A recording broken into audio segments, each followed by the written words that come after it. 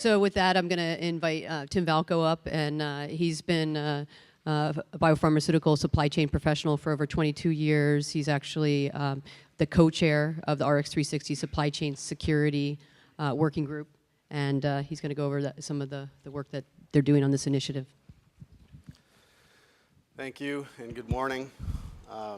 Martin makes quite a compelling case for the need for supply chain security efforts and the benefits of participating through a forum such as Rx-360. Martin also mentioned volunteers. Well, he volunteered me a couple of years ago to lead this supply chain security effort, so that's what I'm going to talk about.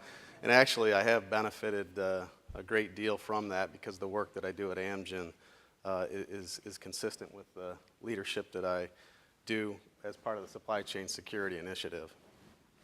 So what exactly is supply chain security and the objective of the group? So it was put together, as Martin said, 2 years ago to share practices and information on supply chain security processes. So we spent a lot of time defining what that is, how we could collaborate, and what the benefit could be for the stakeholders that are involved with that. So just a few definitions and scope. So Martin also mentioned the different components of what we define as supply chain security. So counterfeiting, theft, adulteration, fraud, and illegal product diversion are the threat areas that are considered in scope. And then we look at the processes of prevention, detection, and response associated with those threats.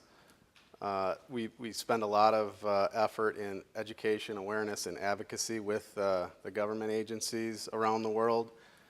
And also the definition of the scope of supply chain is starting with the upstream raw materials as far back as we can go, all the way to the patient and the reverse logistics processes out there in the market. So quite a span of areas in terms of the threats, and then you look at the end-to-end supply chain, or that's been our approach in this working group.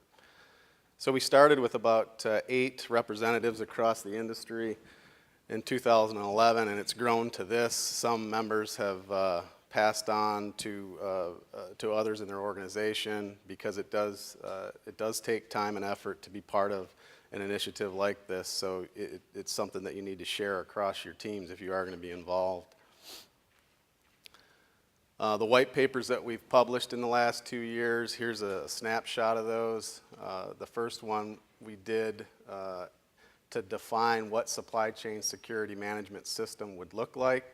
It takes each of the dimensions of the supply chain, and then under each of those identifies what prevention, detection, and response could look like. And by laying it out like that, viewed as different elements or dimensions, you can look at where companies should prioritize work effort. You can look at where certain benefits or training that you could use in one functional area could be applied to another. So there's a lot of cross-functional activities that you might not understand because you're a big company and you're not sure what's happening in other divisions of your organization. We found that just by structuring a system to look at supply chain security, you can gain a lot of efficiency across the organization. Martin mentioned cargo theft, so one of the first teams we kicked off was cargo theft risk assessment. Looks at different attributes that go into what cargo you're shipping and where you're shipping it and what the considerations should be to manage the risk associated with that logistics route. We wrote a paper on marketing threats and monitoring processes to manage that. And again, these are anywhere from 10 to 20 page white papers. We try to simplify the topics to a degree that subject matter experts in your companies would easily be able to consume, and also like to make them action oriented. So something that is tactical that could be applied to your organization, and you could benefit from sharing it across your groups. One of the recent ones we just did a webinar on last week was the cargo theft in high risk areas. Martin mentioned there's 2 specific areas where this has been a growing problem in Italy and in Mexico. So we wrote a white paper to share how companies are dealing with transit and transportation in those regions, the pros and cons of some of the mitigation actions that our companies have experienced, and then some of the best practices.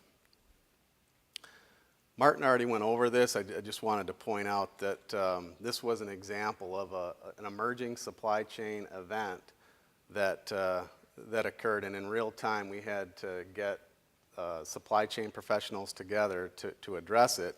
Rx-360 provided the oversight for that and the management of that so that we could move very quickly, get engaged with regulators in Europe and in the US, and as he said, share our experts' information with the experts from the regulators and actually come up with a practical list of practices or considerations that industry should use when they're assessing the raw material risk associated with that incident.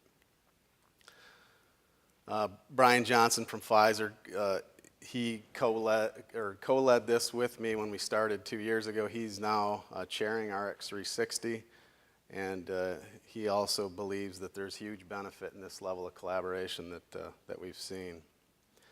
So the current groups that we're working on, like I said, the cargo theft and high-risk area paper just published, so that's available online. We're finalizing the upstream supply chain security white paper.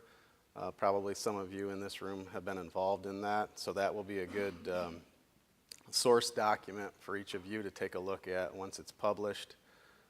The threat reporting and data sharing team is just kicking off. This is going to be a collaboration across the industry to look at emerging risks in the industry and what we can do to provide information and share so that we can either avoid the risk or look at the mitigation actions that our companies are taking to address that.